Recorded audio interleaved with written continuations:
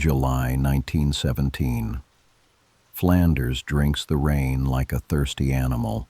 The trench is not a line. It is a wound, stitched with duckboards and frayed by boots.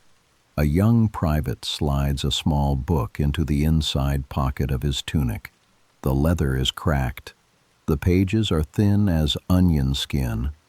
On the flyleaf, in careful handwriting, "Read me when you are afraid." A whistle, the line moves. Somewhere to the east, a machine gun finds its rhythm, metal chewing miles of wet air. He steps, the world jerks, and a hard sound answers under the cloth. Not flesh, not bone, something else. At the dressing station, they unbutton the tunic and find no wound. They find a Bible with a hole punched through the Psalms.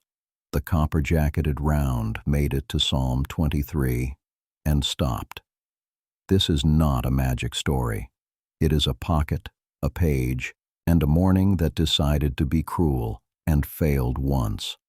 Armies issue paybooks, rations, and rifle oil. Mothers and sweethearts issue talismans, lockets, pressed violets, St. Christopher medals, small Bibles that fit where fear lives, over the heart. By 1917, pocket testaments circulate by the millions among British and Commonwealth troops, not because paper is armor, because words are. The left breast pocket is chosen for letters, for photographs, for anything that reminds a man he is more than a uniform. And sometimes, rarely, improbably, that pocket argues with metal and wins. A .303 British cartridge leaves a rifle at roughly 2,400 feet per second. The German MG-08, chambered for 7.92 by 57, throws its own arithmetic across no man's land. Belt-fed, water-cooled, traverse measured in degrees. Bullets are geometry on tripods. They do not negotiate. Yet frontline stories keep a separate ledger. Dented cigarette cases, stopped pocket watches, shaving mirrors with starburst cracks, and Bibles that swallowed enough velocity to turn a death into a bruise. You will not find a law of physics for luck, but you will find the physics of layers, angles, and things kept close. Before the morning in the rain, there is a letter.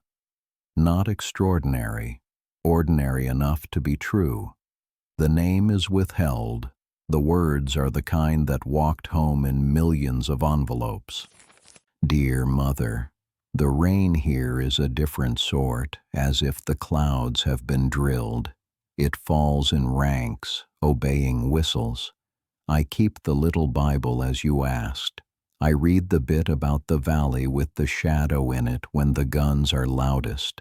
It is a strange thing to read about still waters with mud in your boots. Tell Father the small saw is the envy of the section. We laid boards today and argued whether a thing is called dry if it only sinks after 3 men. There is a fellow in my platoon who says he does not pray, but he borrows the book when the flares go up. He says it's for the paper, thin and strong, to roll a cigarette. I let him read a verse first. He pretends not to like it. Do not worry if you don't hear for a bit. We are told to look a certain way at a certain hour. Men say the ground will open. I think courage lives in the throat, where you swallow and step anyway. Your loving son. Letters like this cross the channel by the millions. The Army Postal Service sorts bags under tarpaulins on Boulogne docks, turning ink into logistics. Censors black out map words and leave the human parts. The joke about boards, the verse from a valley. Morale is a supply. Paper carries it faster than trucks. Machine guns in 1917 are not chaos. They are discipline.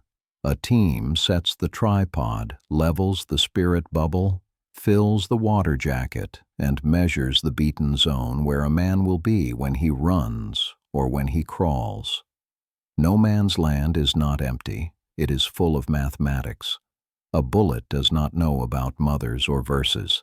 It knows angle, mass, velocity. It meets leather, then a thin brass button, then 200 pages of thin paper. It mushrooms. It yaws. It loses what bullets cannot lose and still be bullets. Speed. There are medical notes of books and cases deflecting rounds enough to blunt a wound. There are also graves with Bibles in every pocket. Faith is not a contract. It is a conversation shouted through weather. On this morning, leather and paper formed a brief alliance. The stretcher-bearers were fast. At the aid post, a chaplain writes a plain line. Scripture damaged. Soldier spared. He has seen both kinds. The book that stops panic, and once in a while the book that stops metal. There is no medal for a near miss. There is a new tunic, a patched pocket, a story for the mess line. At first it is told clumsily, then better, then with the rhythm men expect. The pause before Psalm 23, the smile on stopped, the shrug on lucky. The book goes back into the pocket. Superstition says an object that has caught a bullet will not catch another. Superstition also says whistling calls shells. Soldiers know both are nonsense and keep both anyway. Rituals are scaffolding, the thing you lean on while the walls shake. Another letter goes home. Dear Mother, there is a hole through the valley verse, right between the words that matter. The doctor held the book to the lamp and the light came through. He laughed and we all laughed, and I think we were laughing at fear for once. The book is staying with me. Please don't send a new one. This one already knows its work. How does paper arrest metal? It doesn't, usually, but layered cellulose steals energy by asking a bullet to do work, to push, to heat, to tear fibers into confetti. The more the layers, the longer the argument. Add leather, add a button, add the angle of a body in motion, and physics sometimes draws mercy. Soldiers learn to stack luck, a paybook, a note from home, a slim testament, a photograph in a tin. No guarantee, just a better bet than cloth on skin. There is another thing paper does. It teaches breathing. Verses memorized as children turn into metronomes under fire. The Lord is my shepherd becomes not theorem but tempo. Inhale on the noun, exhale on the verb. Walk through the valley one word at a time. The body obeys the sentence, the hands steady, the rifle rises level, and men who would have broken hold 1 minute longer than fear expected. Men did not always agree on theology. They argued about rations and officers, and whether luck exists. But certain words fit in every mouth, regardless of creed, because they feel like instructions for walking. The Lord is my shepherd, I shall not want. In the trench this means, today we have water and tea. It is enough. He maketh me to lie down in green pastures. He leadeth me beside the still waters. In the trench this means, remember a field that is not a battlefield. Borrow it for 60 seconds. Yea, though I walk through the valley of the shadow of death, I will fear no evil. In the trench this means, fear will not drive the feet. Duty will, friendship will. For thou art with me, thy rod and thy staff they comfort me. In the trench this means, a hand on a shoulder in the dark. These are not spells, they are cadence.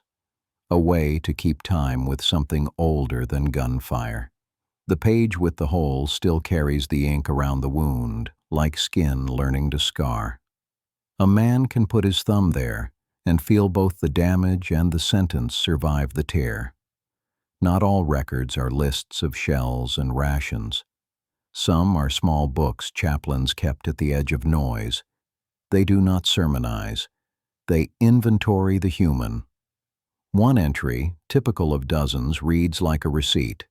Visited advanced dressing station at noon. 2 dead, 3 to base, 1 returned to duty. Prayed with a lad who asked for Psalm 23. Gave him my pencil. He wrote to his mother. Took a book with a hole in it. Left a cup of tea instead. There is nothing here to prove to a skeptic. Only a pattern. Paper given, paper written, paper saved. On certain mornings, paper also intercepted something fast and unfriendly. The ledger acknowledges it without adjectives. After the armistice, some books with scars go home. A mantle, a box under a bed. A child is told the story, then a grandchild, then nobody for a while. Time makes private museums out of ordinary houses. Years later, someone opens a drawer and finds leather with a wound. If you hold such a book to the light, the hole is a small eclipse in the paper sky. You can put your eye to it and see the floor, the way a man once saw the morning through fear, and kept walking. If you have a letter, a book, a coin that once argued with fate and won, tell it. History is not only guns and maps. It is the pocket where someone kept the right words at the right time.